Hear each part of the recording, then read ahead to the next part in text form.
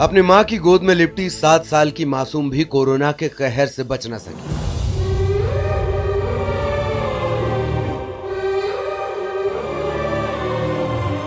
इससे कोरोना तो नहीं हुआ, लेकिन कोरोना के चलते लॉकडाउन में भूखों मरने की नौबत जरूर आ गई। घर में खाने को एक दाना न बचा, पिता की नौकरी चली गई, घर में जमा एक एक पाई खत्म हो गई। हालात ये हो गए कि बच्ची को दूध भी नसीब होना बंद हो गया।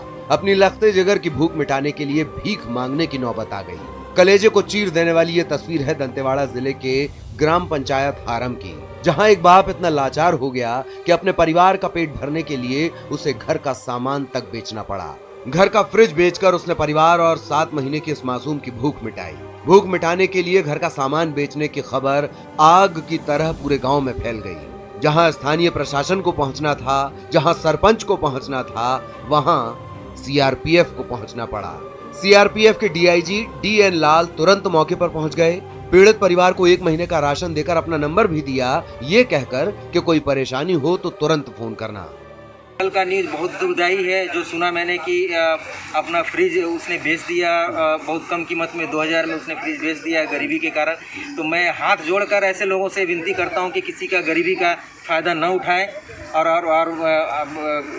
क्योंकि आपको मालूम है ये गरीबों का हाय नहीं लेना चाहिए कभी, ठीक है ना। और अगर किसी ने किया है तो वापस करें उनका फ्रिज। अगर ऐसा किया तो हमने आज हर घर में जहाँ जहाँ जरूरत था लोगों को सामान बांटा है हमने। और आप लोगों को मालूम है अभी तो सिर्फ नक्सलियों से लड़ते थे हम लोग, लेकिन अब 2 फ्रंट में हम लोग लड़ाई लड़ रहे हैं। एक नक्सलियों से भी लड़ रहे हैं और ये कोविड बीमारी से, कोरोना बीमारी से भी लड़ रहे हैं। लेकिन आप मान के चलिए हमारे जवानों का हौसला बुलंद है और दोनों फ्रंट में हम लोग लड़ेंगे और जीतेंगे। धन्यवाद। जय हिंद। हालात जैसे भी हों, नेतागिरी नहीं जाती, वो पहुंच जाती है या तो अपनी बचाने या फिर अपने को चमकाने। यहाँ भी वैसा ही हुआ। जब सीआरपीएफ और मीडिया पहुंच गए तो सरपंच पति भी ये बताने पहुंच गए कि फ्रिज खराब हो गया था, इसीलिए बेचा है। उन्होंने परिवार के बच्चे के दूध का इंतजाम कर दिया है। मैंने आज सुबह ही न्यूज़ में देखा कि एक हारम पंचायत में ज़रूरतमंद को फ्रिज बेच के सामान की आवश्यकता थी तो उनको लाना पड़ा। तो मैंने आके यहाँ पर पूछा और इस ग्राम पंचायत के सचिव इन लोगों को बुलवाया और इनके द्वारा ये पूछा गया कि इनको किट नहीं दिया गया कि नहीं दिया गया। तो यहाँ पर पता चला कि जो एक बुजुर्ग महिला है यहाँ पर, इनका नाम ग्राम पंचायत हारम में है। और जो महिला ने बयान किया था इसमें न्यूज़ में, वो उनका एक्चुअल में वो रहते हैं गीदम नगर पंचायत की महिला है। ये जो यहाँ की बुजुर्ग महिला है उनकी नानी लगती है, उनको पैरालाइज आ गया था, बोल के यहाँ पर रहते थे। और फिर उनके हस्बैंड से बात किया तो उन्होंने बताया कि फ्रिज का डीप फ्रीजर ख़राब हो गया था, इस कारण से उन्होंने बेचा है। ये हम भी नहीं बोल सकते, लेकिन इनके हस्बैंड के द्वारा यही बताया गया कि इनका डीप फ्रीजर ख़राब हो गया था। फ़ोन में मैंने बात किया, मयूरी है, उन्होंने मेरे को बताया कि मेरे हस्बैंड बेचे हैं। तो उनके हस्बैंड से मैंने फ़ोन में बात किया तो उन्होंने बताया कि डीप फ्रीजर ख़राब हो गया था, इस कारण से फ्रिज को बेचा गया।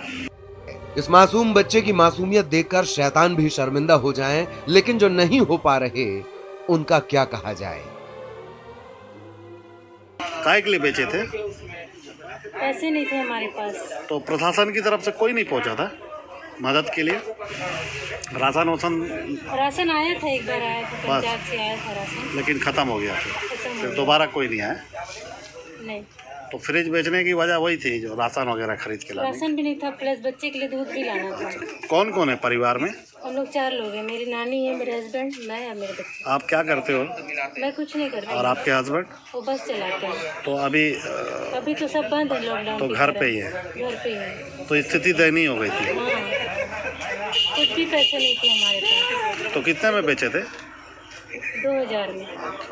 तो अभी जो सीआरपीएफ के अधिकारी वगैरह आए थे वो क्या फ्रिज दिए या फिर क्या दे के गए आप लोगों को? वो तो फ्री में दे के गए। हाँ, फ्री में ही दे के गए। क्या सामान? जी। अच्छा, ये सब सामान उन्हीं का दिया हुआ है? जी। ये सच है कि कोरोना अपना कहर बरपाते समय न धर्म देख रहा है, न जात देख रहा है, न ये देख रहा है कि वो बड़ा है, बुजुर्ग है या फिर मासूम। जो भी उसकी जद में आता है वो सब पर कहर बरपाता है। लेकिन सवाल है कि जो ये देख पा रहा है, जिसको लोगों की मदद करने के लिए चुना गया है, जो सरकार कुर्सी तोड़ रहा है, वो क्या कर रहे हैं। बेशक लॉकडाउन लगा हुआ है, लेकिन हम तमाम उन जिम्मेदारों को याद दिला दें कि ये लॉकडाउन इसलिए लगा है कि बेवजह लोग अपने घरों से ना निकलें, इसीलिए नहीं कि जिनको लोगों की सुरक्षा और स्वास्थ्य की जिम्मेदारी मिली है वो घर पर बैठकर सरकारी छुट्टी मनाएं। अब्दुल हमीद सिद्दीकी, न्यूज़ 18, दंतेवाड़ा।